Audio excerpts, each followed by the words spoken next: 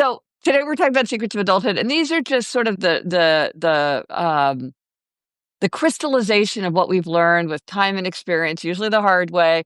Like a great secret of adulthood is like games are this great vehicle. Like if it works for you, it's this great thing. That's a great secret of adulthood. And I know that you have a secret of adulthood that's related to this. So talk about your first secret of adulthood. Yeah, first one is say yes anytime a child asks for your time and attention. It seems on some level like that's obvious, but in fact, a lot of us make choices, right? We say our door's closed at these times, right? Or I'm available at these times, not available at these times, right? We set boundaries, right? There's a kind of convention that we should be available at certain times and not at other times. And my feeling is years of childhood are so short, they pass so quickly, and children's interest in collaborating with us or being with us or hearing from us or asking something of us as their parents or adults, it's not always there when we want it to be, right? It's not always there when our door is open, as it were.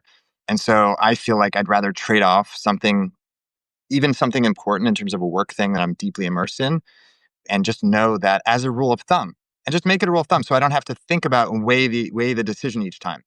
You mentioned Daniel Kahneman. One of the things that he did was he said he was never going to make a decision on the phone. When someone asked him to do something, his rule of thumb was, I'm going to put down the phone, I'll respond to them later, because he knew he would, potentially say yes too often. And Yeah. so those rules of thumb are really important. So we don't have to, weigh every single decision as it comes, but we just say, you know what, if the child asks, I'm going to say yes. And I think that's so interesting, and, it is I have to say, like, now that I'm studying the empty nest and because I'm gonna write a book about it, it is very poignant that a lot of times people are like, "Oh, we're so used to our children clamoring for our attention and, like, constantly sort of following us off, like, "Pay attention to me, pay attention to me," and then it flips, and then you're trying to get their attention, and so I think you're right that it feels kind of endless when we're in it, but it's actually like a pretty especially to an adult where once you're an adult, a year like passes in a flash. So something like 10 years is not a big deal. I'm just curious, like the practicality of it. Like how often, I mean, I guess even if you work from home all the time, they're at school and all this, like how does it work practically into your day? Because I think that's a great suggestion. I try to be close, like proximity wise. Like if I'm working, I could shut my door and be in an office or be far away, or I could work at the same table or sit on the couch in my daughter's room. And, assuming they're okay with it, sometimes everybody wants privacy, but like assuming we're okay working at the kitchen table together, like we're near each other. And then if there's a moment where, someone's asking for my time or can we do something else or can you look at this or can we do this together? I could just say yes because we're right there, right? So that's some of it. Some of it is obviously, just planning to do more things together. So in the morning when we're having breakfast, saying like, "Hey, what should we do together today?" And particularly on the weekends, right? Not on a school day necessarily, but on the weekends, planning ahead for some things. And then, sometimes there's just spontaneous things. Someone's going biking, and do you want to go, Dad? And I'm like, I just started working on my newsletter. I'm like, I've got this really great idea. I really want to get this done. I promised myself I would finish by a certain time. And I'm like, you know what? Yes, I do. I'll come. I'm coming biking, because those are the things that I can always have later to do on my own. I can stay up. I can, do that after people have gone to bed if I need to, or I can get up early, but I won't have that chance to bike again. And I think the other key thing is like, if you say no, even a small percentage of the time, there's always that kind of uncertainty from the child's perspective. Like, this going to be something they want to do? Whereas if you're always saying yes, then you're going to be looped in more. You're going to be included more. You're going to be asked more because you're a yes person that always is willing to try something or do something with them. Do you think there's any possibility that it could give a child a sense of being the center of your world in a way that is not good, not positive in a sense? It's That's interesting. a lot of responsibility to be the center of someone's world. Yeah, I think that for the most part, children have, at least I'll speak for my own daughters, right? Everyone's different. They Sure, have sure, sure, sure. it's, my daughters are happy to play by themselves a lot of the time, right? They don't always want me or my mom Right. or anyone Sure. else. They're happy to Yeah. do their thing and they've got their own games and there are times where they want to do things alone. So it's not that they're necessarily coming to me all the time. It's that they're coming to me periodically when they think, oh, like, oh, maybe, this is something we play Scrabble together, for example, my younger daughter and I. Like, maybe it's a good time to play Scrabble. Would you like to play Scrabble? So Right. I don't think there's as much a risk of that as Sure.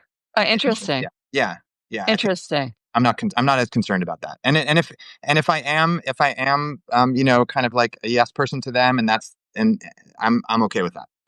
Interesting, interesting. Okay, and that is a super fascinating one. Okay, say yes when a child asks to play. That's very fresh to me. I have not heard that. And then you had a second one, um, authentic compliments plus a curious question, help someone feel seen and valued. Okay, like explain that. Like that's also really interesting. I think so. This is partly as a teacher. I spend a lot of my time teaching and mentoring and coaching. And, a lot of people go through life thinking a lot of negative things about themselves or identifying, things that they haven't done or should have done, or knowing that there are certain weaknesses. They're self conscious, they have imposter syndrome. There's a lot of things that people have that are negative stories they tell themselves or people have told them, right? Their teachers have Right. had, and particularly people who are striving or people who are working to accomplish a lot, they're seeing other people who are accomplishing even more. And so I think a lot of people need more affirmation, and they need not just generic affirmation, or it'll be okay, or you're great, or, you're a winner too. They need something specific that is someone else really seeing something that they do well. And Let me just interrupt and say I so agree. And things like "I love you all" or like a Post-it note, like "You're perfect just the way you are." I'm like, this doesn't this doesn't mean anything. These platitudes that are just shot out into the masses, nobody feels like uplifted by that. I don't think so. Yeah. So yeah, anyway, just yes, agreed. Okay. Yeah. And I think Continue. part of it is about feedback and the quality of one of the qualities of feedback that's important is that it's specific, it's Yeah. personal, it's authentic, and it has some detail, it has some nuance to it. So if someone knows you really mean it and you have really thought about it and you've thought about them in particular, and it gives someone confidence to know that someone has seen some quality that they have, some action that they've taken, something that they've said or done that resonated, and that someone appreciates them. And So then not just give me yeah. an example of like a time where you felt like you did that and it really landed, or when somebody did it to you and you felt that sense of recognition. Yeah. So I think there's a colleague of mine who has been a great collaborator and has, we've been working on projects together. And, I recently was spelling out to them how much of a difference they've made in this long term project that we're working on together in very specific ways, because there are also times where we are disagreeing on something or where Sure. we Yeah, you're are need to move quicker, and I may need to kind of nudge them, or I may feel anxious, or there may be tensions in some of the conversation sure. project work. And so having that grounding in, like, I really respect the work that you do, and here's three things that you've done in recent meetings that have been super helpful. This one idea you had actually turned out to be a really big difference maker, and the way that you responded quickly and figured out that problem really made a difference on that project. And I'm so glad that we're working together. I feel like lucky to get to work with you on this. Um, Thank you for doing all this work and for being so great at that specific thing. And then, then we can go back and the next day have these difficult meetings on occasion. But there's like this sense of shared respect, right? And it's again not just generic; it's specific and it's detailed and it's personal. Yeah. And it's also separate from, the separate conversation about the project we're working on, right? Like it's a designated moment where we're taking a step back and saying, like, we've been working together for a while. I just wanted to let you know these three things. And I have a question. Like, you seem really committed to being efficient and responding to things really quickly. Like, what's driving that, or what's behind that, or how did you develop that skill? Right. So then it's kind of getting them also to be reflecting on their own strengths and aware of their own strengths. And maybe I learned from that too. Like, maybe that's something I can pick up. Oh, wow, that's a really good philosophy to have. Maybe I can adopt some of that in my own work as well. Well, and I think that's really the twist on it that makes it kind of go to another level, your secret of adulthood, because I think a lot of times we hear like, "Oh, if you're gonna give somebody a compliment, like, make it specific." Like, to me, somebody being like, "Oh, I like your shoes." I'm like, "Okay, fine, whatever." But I think this idea that then sort of asking them about the roots of it or the context of it or the values around it, um, It's kind of a tool of self-knowledge as well, especially if you're saying something that a person may not have really realized that they're good at, which happens sometimes. Yeah. People sometimes recognize strengths in us that we don't recognize in ourselves, and that's super gratifying to hear. And sometimes they're micro strengths, right? Like sometimes it's just like a fun way that someone introduces themselves in a meeting, or it's something. It's an interesting way that someone summarizes, meeting notes or something. Like it could be a small thing that is still something we can learn from, or still something that they Yeah. could benefit from, knowing that that's a strength that they may not have thought of as a strength. Yeah, yeah. Um, to me, this is related to the behind the back compliment, which is that, a compliment that you get behind your back feels more valuable than a compliment you get straight to your face. Hmm. So one thing that I do that's kind of related is that if anybody says anything nice, I immediately report it to the person about whom Well, that's something great. nice was said. Because again, it's this idea of like, you're being noticed, you're being talked about in a really positive way. Yeah. That makes you feel seen because you're like, wow, I always feel like nobody's going to talk about me behind my back. Why would they even remember me? And they're like, oh my gosh, they're saying something nice. It's exciting in the same way, that sense of being valued and kind of the subject of interest.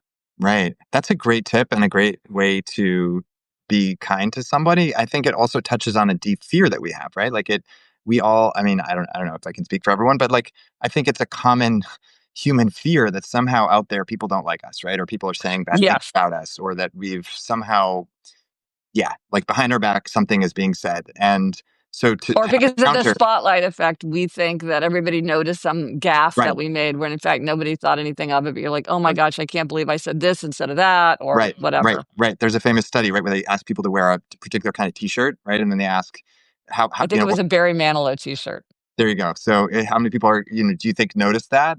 And very few people actually notice it, but the person thinks that they are as you said, in the spotlight, and so this kind of twisting of that and giving people a reflection of like what's being said that's positive is a great way to give someone a little gift. Well, one sort of a secret of adulthood that I feel that I'm kind of reminded of one of my own is that enthusiasm is a form of social courage because it often feels easier and safer to sort of scorn and scoff and point out flaws, and it feels more risky to embrace or to say, "Oh, I see the possibilities," or to promote somebody else's idea.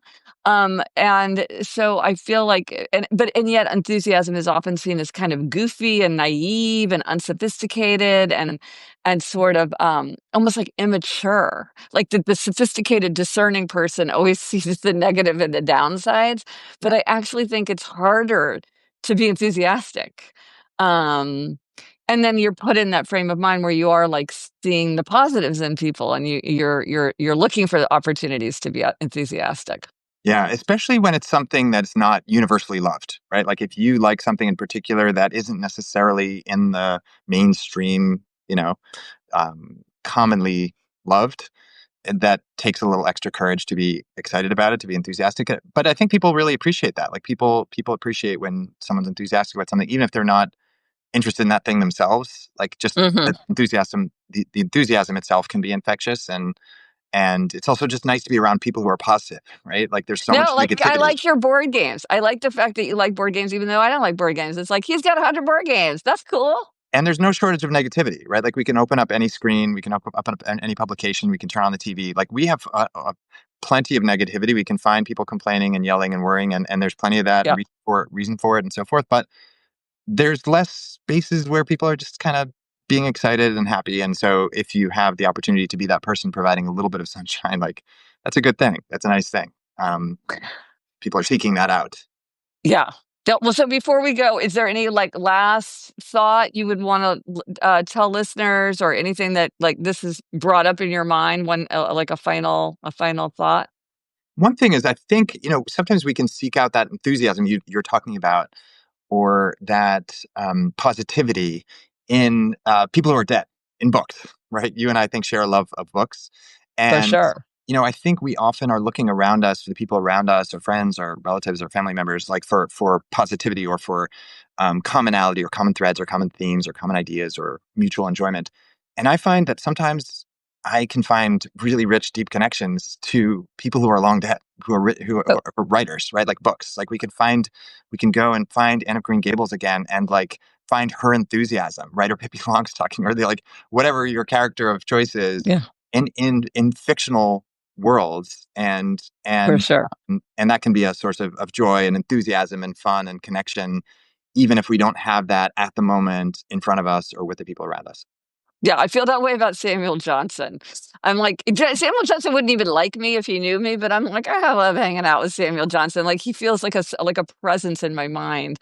And my kind of unusual enthusiasm is children's literature. I love young adult literature and children's literature. So Anna Green Gables and Pippi Longstocking, like that is my jam. I'm in two book groups where all we do is read children's literature, and it definitely is kind of a it's not for everybody. It's not something that everybody's interested in, but people are like, "Huh, that's interesting that you're in a children's literature, young adult literature book group." And I'm like, "It's great. For the people who like it, we love it." So, Right. That's an example of zigging when other people are zagging and finding your own enthusiasm. yeah, excellent. Well, Jeremy, thank you so much. This was such a great conversation. Everybody, if follow the Wonder Tools newsletter. As I said, I read it. I love it. It's like it's so energizing to hear about these new tools. Thank you everybody for joining us. Follow the Secrets of Adulthood here on Substack too. And thanks so much, Jeremy. I hope to see you Gretchen. again soon at Yeah, great to IRL. yes, absolutely. Great to talk to you. Bye bye. Bye-bye.